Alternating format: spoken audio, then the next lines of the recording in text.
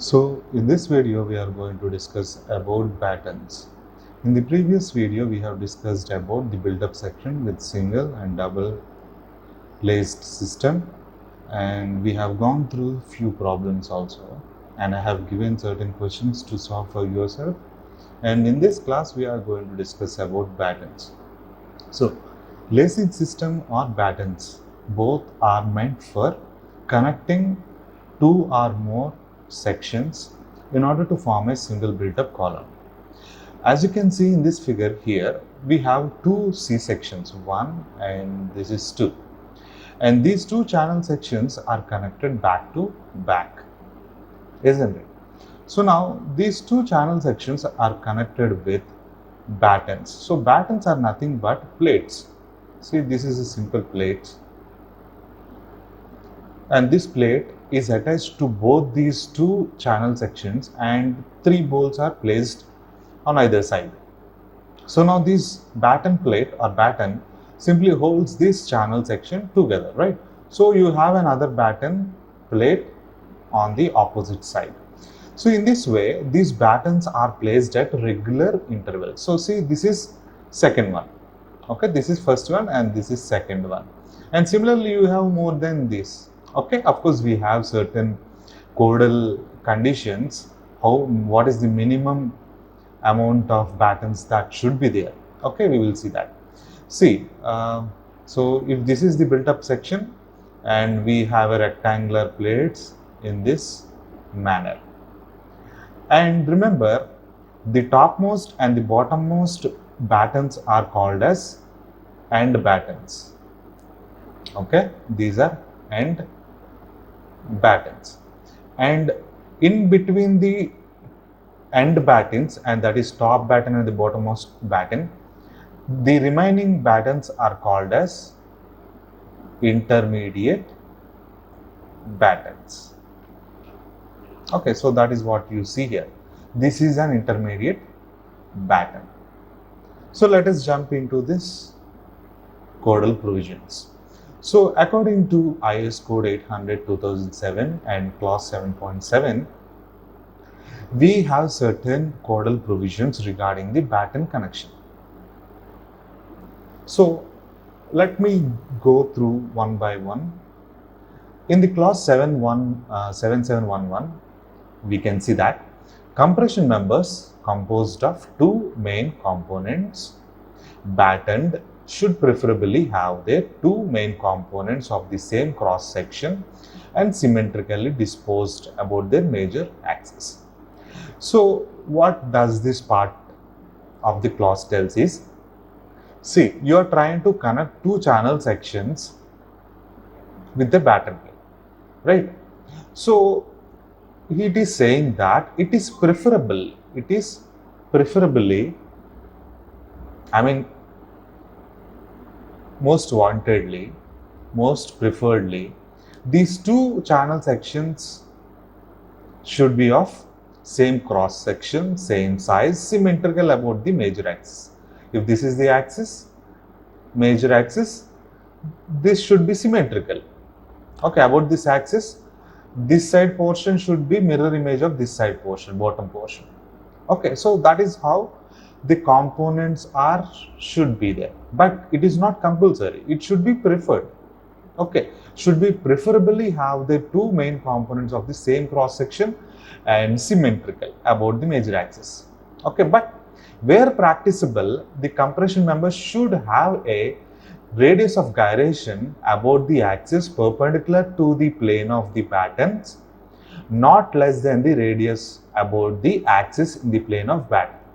Let me give you this once again.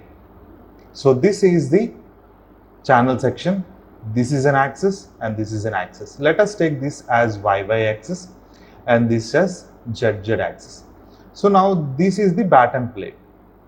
Okay, this is the batten plates, right?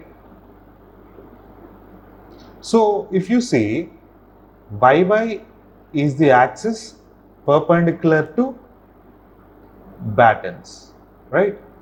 ZZ axis is parallel to batten. So what is it saying is, where practicable, the compression member should have radius of gyration r about the axis perpendicular to the plane of the batten. Okay, what is the axis perpendicular to the batten? YY. So he's saying that RYY not less than the radius of gyration about the axis plane to the batten. Plane to the batten is ZZ. So this is the condition. That is RYY should be greater than or equals to RZZ. So this is the thing that you need to consider, keep in mind. Okay, so let me go to the next clause number 7713. So according to this clause, the battens should be placed opposite each other at each end of the member and points where the member is stayed in its length and shall as far as practicable. So he is saying, this clause is saying that since there are two planes of battens, as you can see in this figure here, this is the batten, one batten, and opposite to this there is another batten here, right? So this is one plane, this is plane 1, and this is plane 2, opposite side. So these two planes should contain battens exactly opposite to each other. Okay, so that is what this is saying.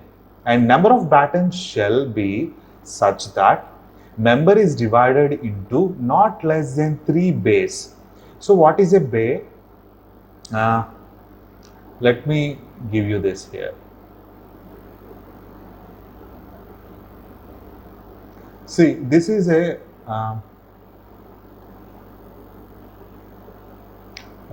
this is the channel section. These are the channel sections. Now I have placed an end batten here. This is end batten, and this is another batten. This is another batten, and this is another batten. So this is going to be end batten, and these two are going to be intermediate batten. See, this is bay 1, this is bay 1, this space, and this is 2, and this is base 3, bay 3. So as you can see, these battens are actually dividing the column into portions, isn't it? So these 4 battens are dividing the column into 3 bays. So according to the clause, this is what it is saying, that is, you have to place the battens, number of battens should be in such a way that minimum, that member is divided into not less than 3 bays. And in order to have 3 bays, how many battens are required? 4. So there should be minimum of 4 battens to a column and not less than 4 battens or 3 bays. So this is how you have to place. Okay, of course the maximum number is not given, you have to decide as per your wish. Providing unnecessarily the battens or decreasing the space between these battens will finally lead to the more cost. Okay, it is not going to be economical. So next is effective slenderness ratio according to clause 7714. The effective slenderness ratio of the column is increased by 10% of the total actual one. If the slenderness ratio of the column is something, it has to be increased by 10%. That is, you have to multiply with 1.1. In case of lacing system, we have seen that the slenderness ratio should be increased by 5% to calculate the effective slenderness ratio. In that case, we have used 1.05 to multiply with the lambda of the column. Okay, 5%. Here 10%. Therefore, 1.1 to multiply. You have to multiply with that. Okay, so this is the clause. And now let me come to the other thing, that is batten thickness. So we have seen in the previous problem, also in the lacing system, the lacing bars have certain width, certain length and certain thickness. Okay, they are nothing but bars, just like a plate. So here also this batten has certain length. As you can see, this is the length, and this is the depth, and it also has a thickness. Plate has a thickness, right? So as you know, small d is the effective depth and capital D is overall depth. Of course, you know this relation. Small d is the distance between the bolt, and this is E, edge distance. So capital D is equals to small d plus 2 times of E, edge distance or end distance. So now batten depth according to the code book should be small d, which is should be greater than 0.75 A. I and A are different, okay? This is 0.75 A. This is the condition for intermediate batten. What happens for the end battens? End battens, the effective depth should be, small d should be greater than A. And you have to check the other condition that in both the cases, the effective depth, small d, should be greater than 2 times of B. So what is B? B is nothing but width of channel section. Width of channel section. Okay, if it is a channel section, for example, see, if this is the built up section that you are doing, this is B. Okay, this is B. This is B. Okay. So coming to AI and A. Okay, let me just give you with this, explain you with this figure. So as you can see in this figure, A, small a, is nothing but S plus 2 times of CYY. What is CYY? CYY is the distance of the centroid. Distance of the centroid from the back of the channel section. See, this is the back. This is the back. And this is the front. Okay, this is the front. A is equals to S plus 2 times of CYY. So what is CYY? It is the distance between the back of the channel to the face, or back of the angle section to the face. See here, this is the back and this is the back, right? See, from this back of the channel section to the axis that is passing through the centroid. This is the axis that is passing through the centroid. This distance is CYY. So 2 times of CY, I mean this is also CYY. So 2 times of CYY plus the distance between the back to back of the channel S will give you small a, of course, as represented here. And AI is nothing but S plus 2 times of G.